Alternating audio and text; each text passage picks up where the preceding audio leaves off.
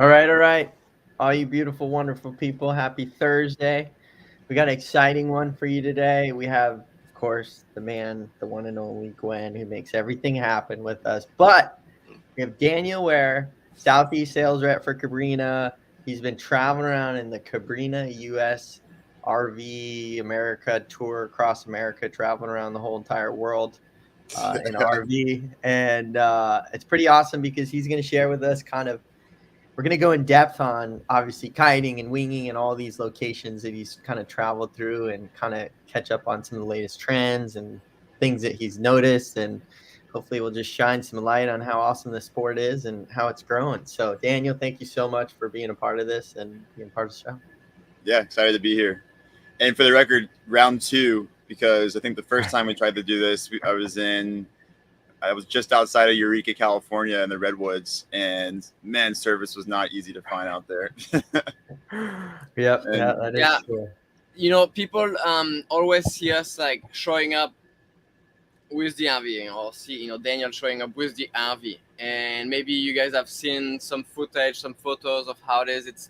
It's all wrapped up. It's pretty cool looking, and often it's kind of dreamy in people's eyes. Like, wow, what? Like, you travel around, you go from spot to spot with this RV.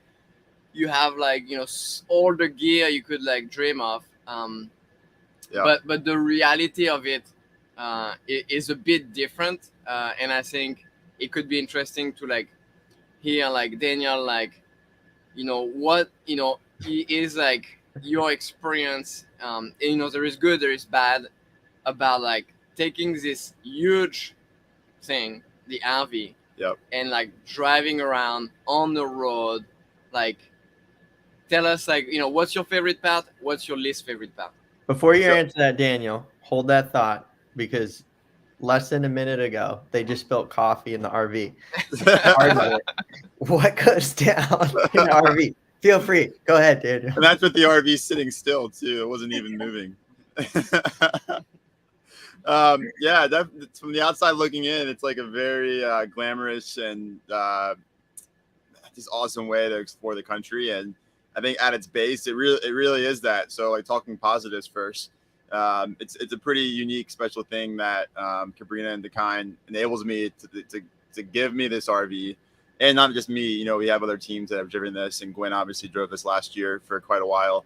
To give us this amazing tool to come to like local spots and bring all the equipment and everything to to share these like amazing sports. It's pretty special. It's a 30-foot RV. The inside is like fully equipped with a bathroom, a kitchen, beds, TV, Wi-Fi, coffee machines, you name it. And then the back is actually it's a toy hauler. So the back folds down. And I'd say like 25% of the whole RV is just this garage space, like specifically for equipment. And Damien, I'm sure like repping for forever out of a van, you're shoving gear and stuff into a van, and stuff gets tight, and you have to get it in and out. That certainly is a little, it can be tight for sure. It's quite nice to be able to open the back, and then boom, it's just like this awe-inspiring, impressive amount of equipment. So showing up to demos and spots, it's nice to open it up and have everything ready to go. And yeah, it's definitely cool. We also partnered with a brewery in Charleston, South Carolina. It's called Estuary Beans and Barley. And we drilled holes in the side of this thing and put beer taps in the side too. So pretty rad. When we have, the means to do it, we can, pour some beverages out of this thing and really kind of set the tone for the spot we're at, and just, share the stoke and get people excited. So overall, it's a really cool thing that certainly isn't that all the time. At the end of the day, it's a 30-foot vehicle. So parallel parking's easy. I'm pretty freaking surgical with this thing at this point, I have to say. I definitely, we've seen Austin Powers when he's like, going whatever, and he gets stuck in the alley or the hallway with the golf cart, and he's like doing this. Man, I've been so stuck in this thing. It's ridiculous. Yeah, driving it's one thing. It's like a huge box. It's like a massive box. Driving down the road, it's like a whole thing. It gets wind blown like crazy. So it certainly isn't like driving your car, to the beach or anything like that. It's like it can be a bit hectic at times for sure. And it tends to kind of like wander down the road. So you're kind of like 4 steps ahead, making like turns, you know, guessing where you got to go. Yeah. But yeah, it's a lot of stuff going on inside this thing too. Just like I said, it's like literally an apartment on wheels. And if we were able to take this camera and do a full 360, you know, there's coffee machines over there. There's stuff up there. There's foils over here. The dog lives over here. And like, if you're not like on it, like putting all that stuff down, it's like all over the place when you're driving. Like things are falling all over the place. It's just loud. And then, yeah, just the overall size of it, you can't just show up anywhere and park. You know, it's not like, oh, let me just go run into this coffee shop and get a cup of coffee, or like, I got to take a leak. Let me run into this wherever. You know, you have to be like, there's so much foresight in just going anywhere in this thing that you don't really think about until you get there a lot of times. Yeah. We're pretty lucky in this industry to have, you know, epic retailers and friends along the way with driveways and shops like here. And we're here in Cape Hatteras right now at Hatteras Island Surf and Sail Barton Shop, pretty legendary shop here in the Outer Banks. And Ryder and the guys are just so welcoming. And as we, you know, have this show, we're in their parking lot right now, hanging out. That's where we slept last night. And Gwen, I'd say this is probably one of the nicer stops we've had, huh? Where it's like an actual nice place to sleep and not a Walmart parking lot. Really, you know, we've done Walmart parking lot. We've done a lot of like gas station, like truck stop, where it's funny because in a truck stop, we are definitely the smallest. Like you back up into your spot and everybody's like so big and you just fit in and you feel so small. And there's like, you know, hundreds of, you know, trucks. And so we try to like, we are always on the road, you know, it's not like in people's minds, it's like you show up, you get set up, kind of like a campground, you plug in and you hang out for 2 weeks. It's just like always on the move. And that's kind of like the more difficult part that people don't see is like we are in and out, you know, we pack up, you know, like we pump everything on the beach, pack it up, and then drive, go to the next location. And so it's, even though it seems like super like vacation like style, it is a lot of work for everybody like thinking, you know, like what a lifestyle. I mean, it is work. But Daniel, I'm interested to know like how did you get into this position that you are today? How did it all start for you? Like, how did you even get into water sports? Yeah. So I grew up in Charleston, South Carolina. It's like 6 hours south of here. And I surfed growing up, and just like surfing, it was just always, you know, southwest sea breeze in the summertime, or in the winter, it'd be blowing out of the northeast, and you're in the water just getting blown around. And like kiters were just shred by all the time. And you're in the water just on your dinky surfboard looking at these kites, like, and dudes sending it over you. And you're like, you know, I have to do that. And it's actually, it's kind of a funny story how I got into it. I got a job at a kite shop back in Charleston in high school. And, you know, it was all kind of uphill from there. There was a shop called Olina on Isle of Palms. This guy, Dan Floyd, who's kind of a mentor, you know, figure of mine, you know, took me under his wing and kind of showed me everything from, you know, really for me, it was like a start into like into retail, which is like my professional background. And, you know, he brought me under his wing, helping to run the shop and doing whatever. And then I would get off work and, you know, I would essentially take the school kites, and my friends at the time who were kiting, they were like, hey, come with us. And, you know, we're not going to show you anything. Here's the kite. We'll help you rig it or whatever. Just figure it out. And I think that was like summer 2012. And yeah, kind of just became enthralled with kite surfing then.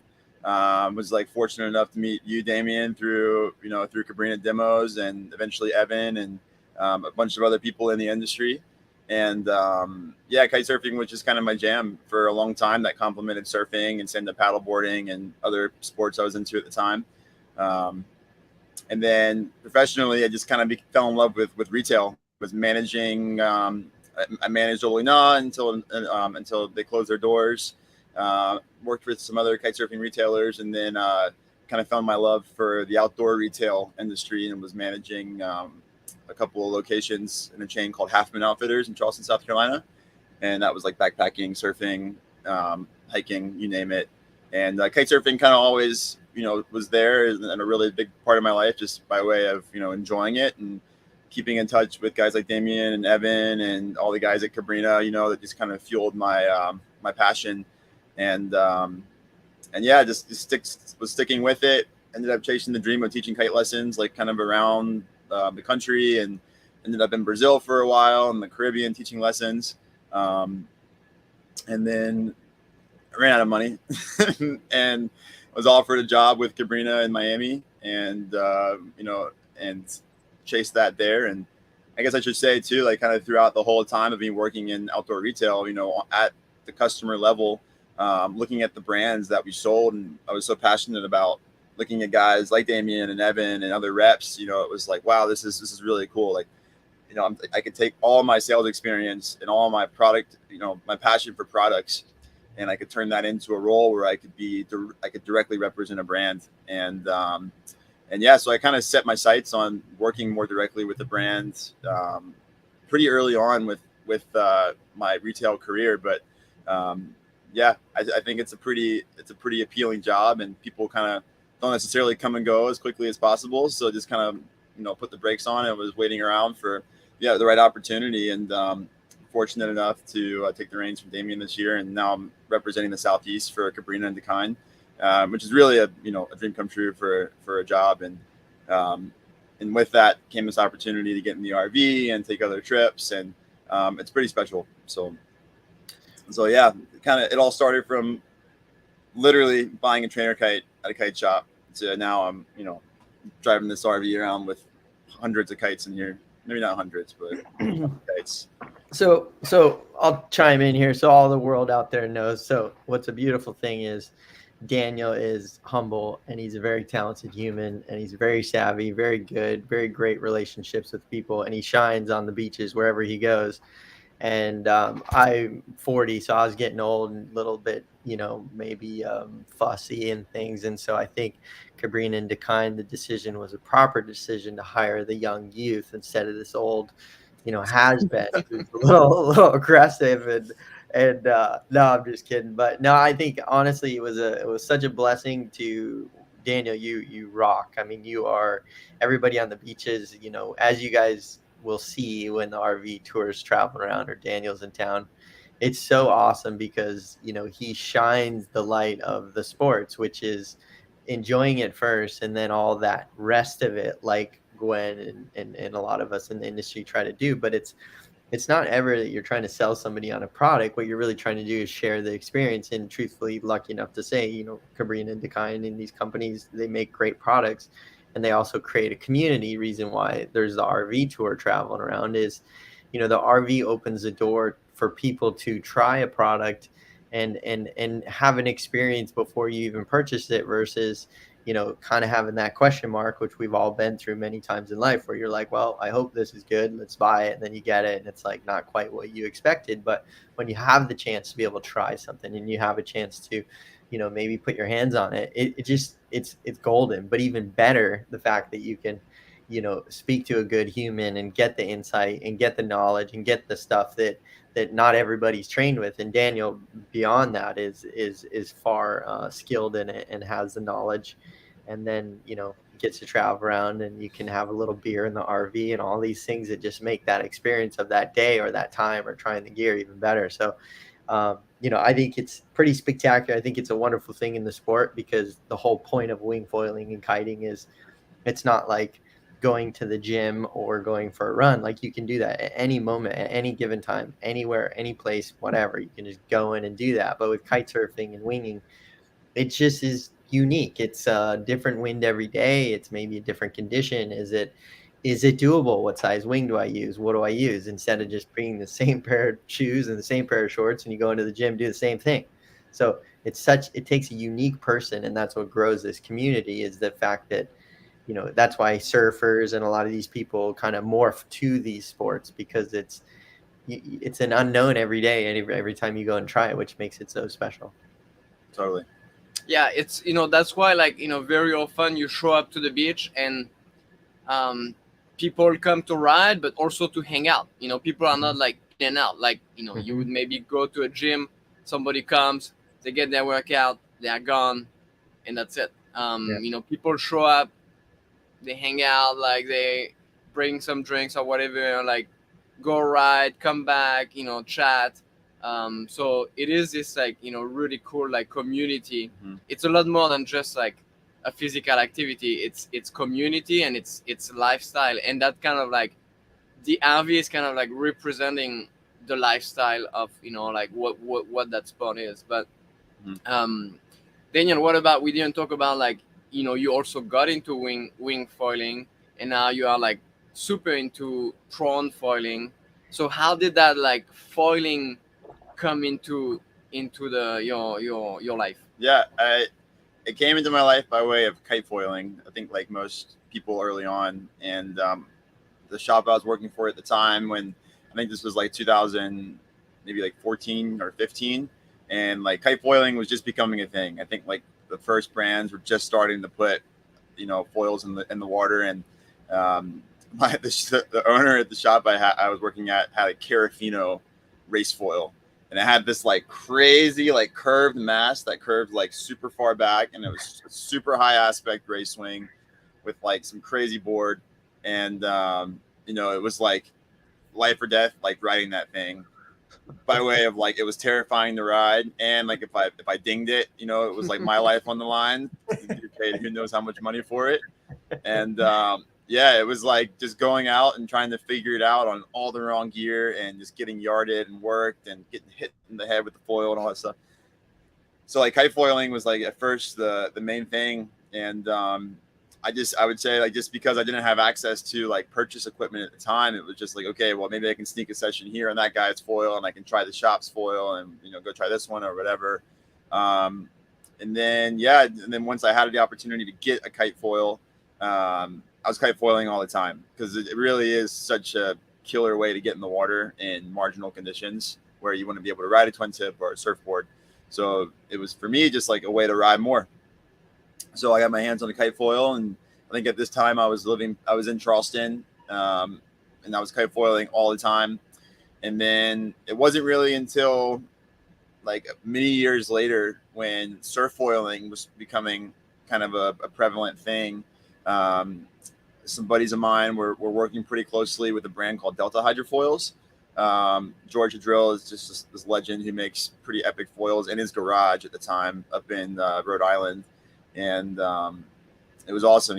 Everyone was getting these wings that were at the time like kind of leading the industry by way of performance and ease of use and whatever. And surf foiling was kind of like this dreamy, I can't do that sport. Like it looked so hard, like, and like only guys like Kyle Lenny were doing it. You know, you would see like Laird Hamilton do something, or, you know, Evan Netch out there like killing it, and you're like, I can never do that. And I remember like my first session on one in Cocoa Beach, Florida, and paddled into a wave, stood up, and like it went on foil, and it was like, holy crap, like I can do this. And that like sparked an interest that, you know, it was just kind of festered into this whole obsession today. And it certainly wasn't progressive at first for me and my friends in the waves. It was behind power boats. So we would go out behind a boat any chance we got, and we were playing in the wake, we were towing with the ropes, we were out in Biscayne Bay in Miami, like hunting down friggin' mega yachts and stealing their waves, and they're throwing beers at us, and, you know, all this crazy stuff. And I think for a few years that was all we had, and the occasional surf foil session here and there. And then I had the opportunity to move back home for a while, back to Charleston, South Carolina, and it was where, you know, it's a bit more consistent wave wise. And I owned the equipment at the time to be able to surf foil a lot. And the years I was home, I was surf foiling all the time. It's like, because again, it's just another way to make the most of the smaller days, or the days where you weren't able to surf, or the days you weren't able to wing or go kiting. All you need is just a crumbly 1 foot wave just to paddle into. You're up, pumping around, having the time of your life. So for me, that started that while I was still kite foiling, and, you know, and really chasing the kite days and the surf foil days. And then it wasn't until last year, not even a year ago at this time, I never tried winging, like not once. Again, it was like an access of equipment. I didn't have it yet. And I moved back to Miami to work with Cabrinha and got my hands on a wing like last September. And it's been all uphill from here. I'm so amped on it. And again, it's another way to get in the water. And I'd say now winging doesn't necessarily bridge that gap for me where kite foiling was like a light wind alternative for me. And we joke about this all the time at working with Cabrinha. It's like we're a little spoiled because we have so much access to equipment. Like we can ride whatever we want all the time, which is really a special, unique thing. But now winging has just become almost not necessarily a replacement for kiting for me, but just another option for when it's windy. If there's waves, whatever, winging for me just seems to be like the ultimate. Whereas, still on the light wind days, I love kite foiling. On the flat water ripping days, kite surfing for me, like boosting on a twin tip and sending it to the moon is like epic. But if there's waves, there's wind, you're going to see me on a wing every time. And then even like yesterday, for example, we showed up to Hatteras. It's dead calm. There's no breeze, super hot, kind of small waves. We met up with our friend Evan. He had an e-foil. We strapped the leash to the mast and we went out towing for a few hours, and it was like the funnest thing ever. We wouldn't have been able to do anything else, and that's like just the power of foils. It just really opens up the door for so many other possibilities to get in the water. It's so epic. I got a question for you, Daniel, because so you came from a surf background. There's always this transition.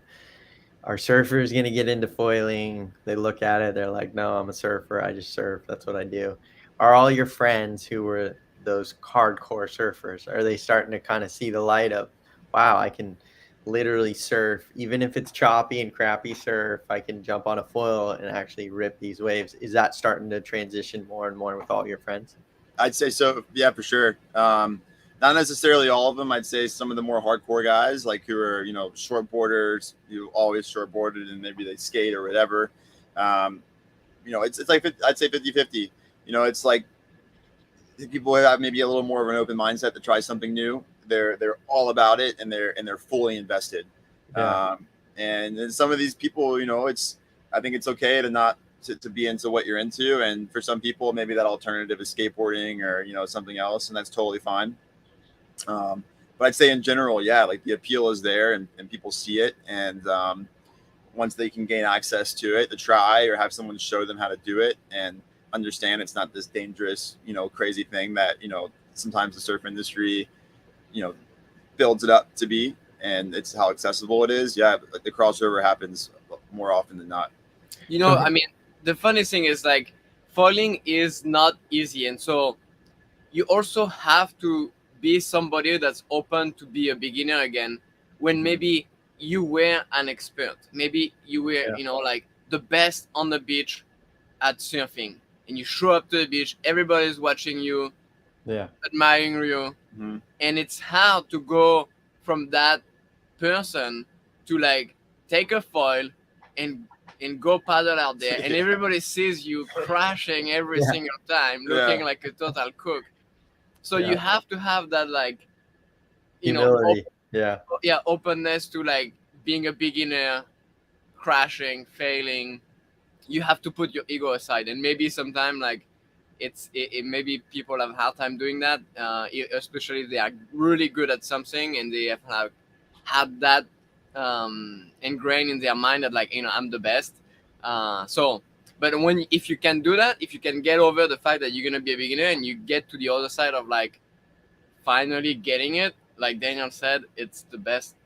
It's so fun. Sure. Small waves become insanely fun. I mean, that's why we're all doing this, right? I mean, literally to share this with people, to say, hey, look, it's time. There's no, you never know when that time is to give something a shot, but don't wait. This is the time, because you're just missing out. And I want to lead right into this, which is very interesting. So you're traveling around, and Gwen's been traveling around, and you guys have been seeing kind of trends and things growing.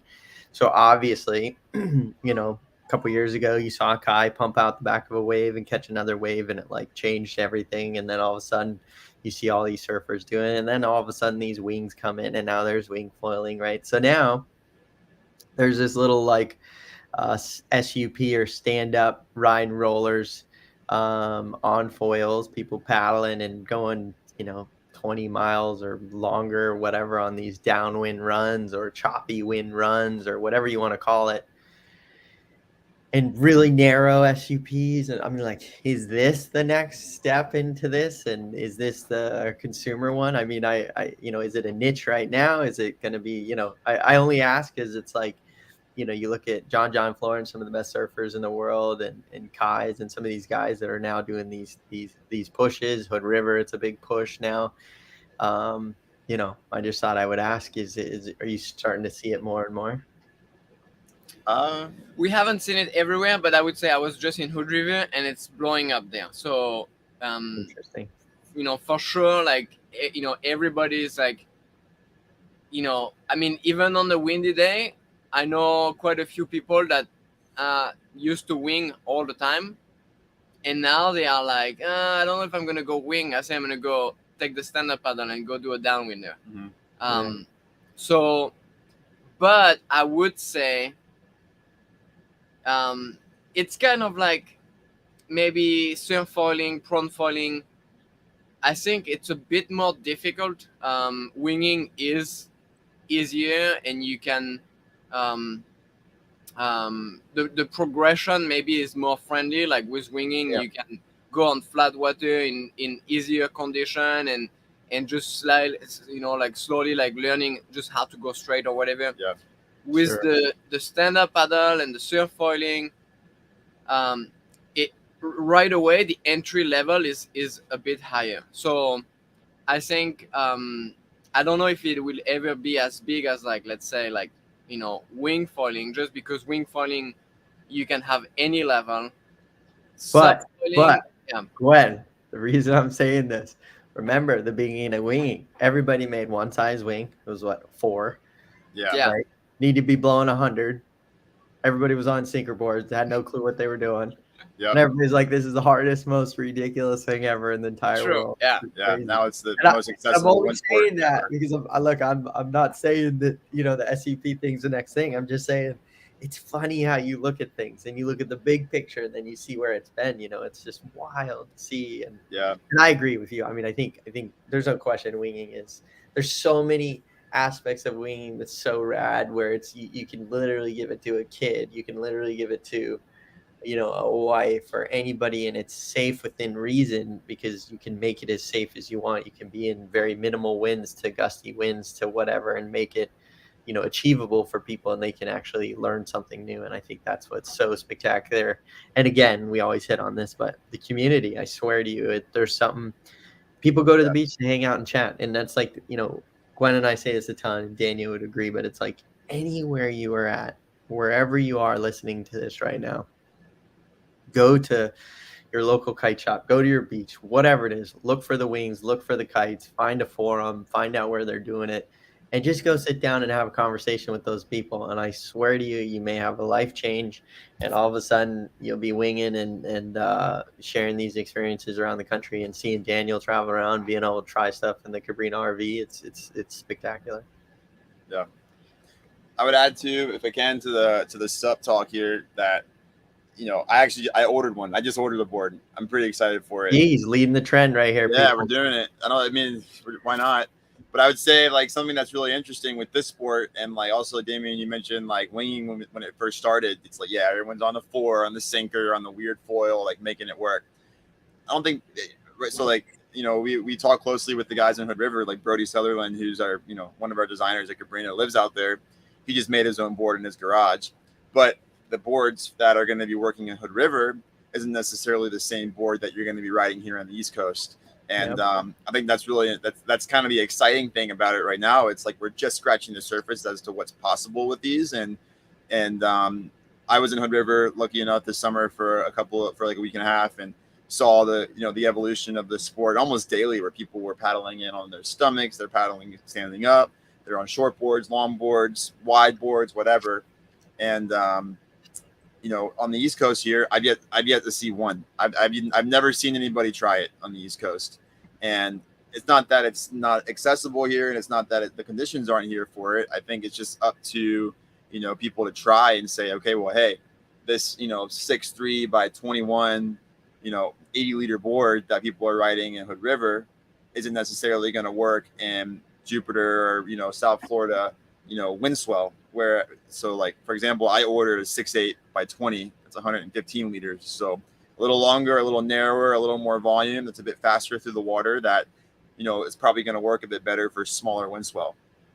So I think that's like, for me, that's the most exciting part of it, where it's like, hey, we know the foils are going to work, but like, how do what's the tool to connect the dots between the waves and the foils? And that's the board. And that's a pretty exciting thing right now. I agree. I think the teeter thing that's getting everybody here, in my opinion, this is just Damien speaking like he always is, little outside the box. I believe the reason why this is something that's of a high excitement for people is the goal to potentially be able to take any consumer, any person out there, stand on a board, potentially paddle, get up on the foil with your own paddle ability, and ride swells, ride foil, do whatever for a long time. To me, I think if that can happen in that way, that's a pretty spectacular jump in evolution to be able to ride these swells in different winds. And because right now it's like you have to be very experienced to catch a wave, pump really well to get out to the swells, stay on it and don't fall, or have a jet ski, or have a defoil, or have something that's there to help you. And who knows where it goes from there. We're jumping quick out of this, but where's your next stops in the RV? Where are you guys hitting next? Where's the next stop on the tour? Next stop is Cedar Island, North Carolina, just south of Cape Hatteras. Wilmington, North Carolina. Possible stops, in between, depending on the forecast. After that, it's Charleston, South Carolina, then Tybee Island, Georgia, Hooco Beach, Jupiter, and then back to Miami. Wow. So all East Coast. And where can everybody find out on where these locations, what's the best place to kind of follow it to find out? The Cabrinha Kites Facebook page. You can log onto there and check out their events page and see all the stops and the details, and feel free to ask us questions through there, or if you're on any social media, you can reach out to Gwen or myself. Get you set up. Perfect. And go ahead. Well, so I was wondering, even right now, like so far in your experience on the tour, like what would you say, like the kiting versus the winging? Did you see like places where it was like all kiting? Did you see places where it was all winging, and why? Did you identify like conditions that would be like make it more kiting or more winging? Yeah, for sure. Just like talking about paddleboard, these stand-up paddle boards that foil. Every spot is so condition specific, and the spot really kind of justifies what disciplines you want to do. So, for example, my first real stop of the tour earlier this summer was in Tampa, Florida, in St. Pete, and it's shallow there, and it's tough to ride a foil in shallow water. And not only was it shallow, there's seaweed on the bottom, or seaweed floating, so that makes it tough. And traditionally, that's been a pretty epic spot for twin tipping. Then I made it to Corpus Christi, Texas at one point, and that's a spot that has pretty epic flat water on the inside, but you walk past the waves and it's deep water. It's perfect for winging. So, it's an interesting one because it is so condition specific, and the sports are, you see a lot of these same people who are willing to try winging and try kite surfing. It's kind of a pretty healthy mix of both these days. But just another example of it, I did a demo in Phoenix, Arizona, like middle of the country, totally landlocked, driving around in the desert. There's cactus everywhere, cowboys, whatever. And we did a demo on Lake Pleasant, which is like a high desert lake just outside of Phoenix. And you would never think there's a lake there. It's the driest place you've ever been. You're literally driving up a road, and then all of a sudden, like, boom, there's a lake. And it was like the most unique experience of my life, where in wind sports, where kite surfing, would be really tough.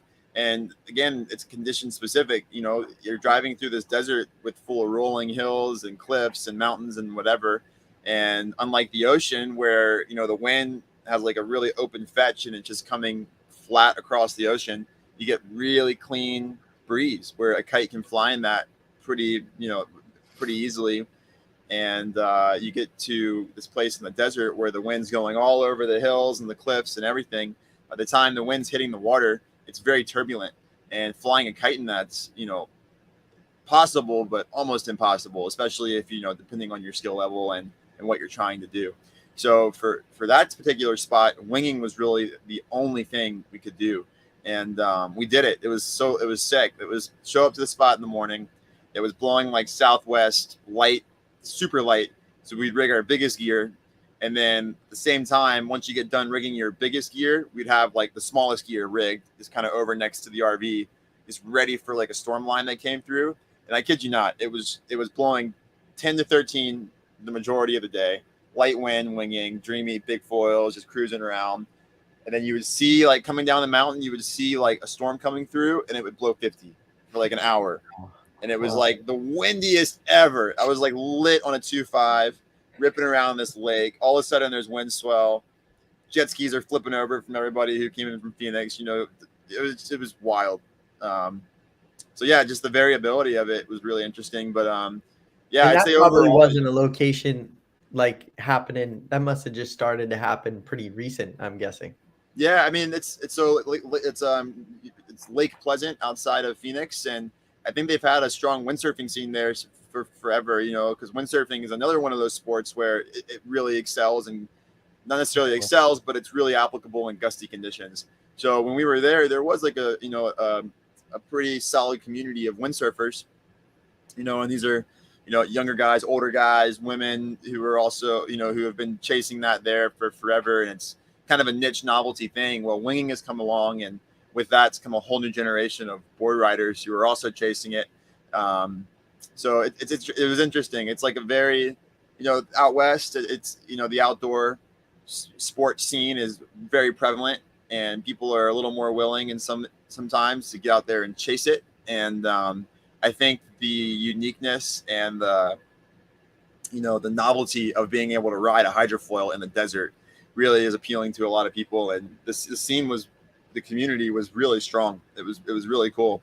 And I think with when it takes a level of dedication to also like drive an hour into the desert to this lake, chasing, you know, like weird forecast, the community is just that much stronger because everyone's, you know, uniting on like this crazy want and need and desire to chase winging. And that was really special. But yeah, that was probably honestly my favorite stop of this whole trip was there. That's very cool. Very cool. Yeah, it was really nice. Well, Daniel, I'm always privileged to look. We love having you. We love what you do out there for people and creating, you know, this, you know, as you drive around and speak to people and relationships and building this sport. I mean, that's the whole point. You know, we kind of always end these shows with some, you know, kind of motivation, inspiration for people out there. And, you know, for anybody struggling today or having a rough day on a Thursday, what would you love to share with all these amazing humans out there? You know, get after it, you know, like just change your mindset, you know, do something that makes you a little bit uncomfortable and accept that that's okay and enjoy it. And whether that's trying something new like surf foiling or winging or kiting, I think it's okay to look like a kook and kind of humble yourself a little bit and, you know, kind of revel in the fact that it's okay to not be good at everything, and learning something new is really exciting and rewarding, and all the things that come with it are always stellar. So well said. Gwen, you want to add on that? Yeah, you know, a funny story. We were just in Annapolis. We went towing behind a boat with some friends that actually want to learn how to foil, and here we are. You know, we fall and you know, a lot. We fall a lot, you know. And then it was Sarah, I think, that said, you know, like, it makes me feel better to see you guys fall, you know. And I was like, I thought it was funny because, you know, she's learning, and so she maybe had this conception that, like, you know, we are so good at it, we never fall, it just happened, we are good at it. And no, you know, you fall, you know, you're gonna fall, or like for the rest of your life, because you are always also, like, you know, trying new things and trying to progress. Yeah. And so there's not a point where you are like, you know, this is it, I got it, I'm good, I never fall. And if you do get there, you know, you have to find a way to, like, get outside of your comfort zone and challenge yourself. So, you know, learning something new in a way, you know, is also gonna help you progress, because if you can, you know, be open to falling and not, you know, like, be like shamed by, you know, falling, um this ability, you know, if you can keep that through your progression, is going to help you progress, because you're always going to put yourself in a position where, you know, you are some sort of like a beginner, you know, a beginner at something else, you know, like you learn how to foil, and now you're going to be a beginner at driving, and then you know how to drive, and then you're going to be a beginner at the tack, and then you're going to be a beginner at jumping. So keeping that beginner mindset is, to me, the most important thing that, you know, you can apply in anything in life. So nobody's judging, you know, don't worry about what people say, and in the end, there is so many people that are going to be encouraging you. So focus on that, you know, find your community, of people that support you and make you the best version of yourself, and be that for people as well. Well said. That is it. And to Garrett and William and everybody listening, thank you guys. We appreciate you guys 100%. And just to tap off Gwen there, I would say, look, you know, sometimes people don't even give themselves credit for making the little moves. And it's like, you know, maybe somebody was kiting and then they started winging. That's you making an effort to try to learn something, whether or not it's learning how to tack or jive. It doesn't really matter. But if you get really stagnant in life and you feel like I'm just stuck and I'm not, I don't, like, what should I do? I don't know. I could kite, but I've been kiting forever. I've been winging, and I'm just kind of like Gwen said, the learning process in life is everything. And, you know, it's memories and putting everything out there to what you can experience in this moment right now. And don't waste it, and don't wait till tomorrow, because you don't know if tomorrow is going to come. And that's the dead honest truth. Is we can say that, but it's only a reality check in life when you lose somebody or something bad happens, is when you go, man, oh, that's so sad, it's so hard. But in reality, it's like, it should be a celebration of all this time. And then if that person passes away, it should be a wonderful thing that they enjoyed their life to the max, and you got to share it with them. And unfortunately, it's the opposite. It's, you know, of course there's loss and you don't want to lose somebody, but I'm just saying that's how sometimes we take things for granted, that we forget until that reality check happens. And it's like, it's a good reminder to maybe every day take that reality check every day and remind yourself that today, this moment is important, and live it, and make sure to try to pump foil. And maybe I don't know how to pump foil, but look, you know, Gwen's out there probably was like, I don't know if I can pump foil. Now he's like pumping across like states, and then he's doing backflips. And like, you know, Daniel didn't quite have the opportunity a lot of times to maybe ride foils, and he was borrowing stuff, and now he's like an amazing foiler. Like, you don't know what those opportunities are going to give you. So take advantage of everything and make sure to just enjoy the moments, because you don't take anything with you when it's gone. So that's it. Awesome. Yeah, thank you. Well, thank you guys. I hope the tour, the rest of the tour goes good. And for all those listening, thank you for a beautiful Thursday. We're going to jump over to our Patron Show. And for $5, we just drink some coffee and keep this thing going. Really, it's not about the money. It's about sharing this with you guys, and all you guys are all your comments and messages. I mean, I don't know how many messages I pass on to Gwen, and I'd love to just put all the messages in like one little blast and share it with the world, because there's so many people out there that are like, oh, this changed my life. This is that. This is like, I dropped this weight. And it's so spectacular to us, period, because it's, you know, we feel the same way, like when we learn something new, you know, it's awesome. So on that note, thank you, Daniel. You're a shining light. Gwen, you're always amazing. Have a great day. And everybody out there, thank you so much. Yeah, thank Awesome. you. Thanks, Damien. All right, guys. Have a good Thursday, everybody.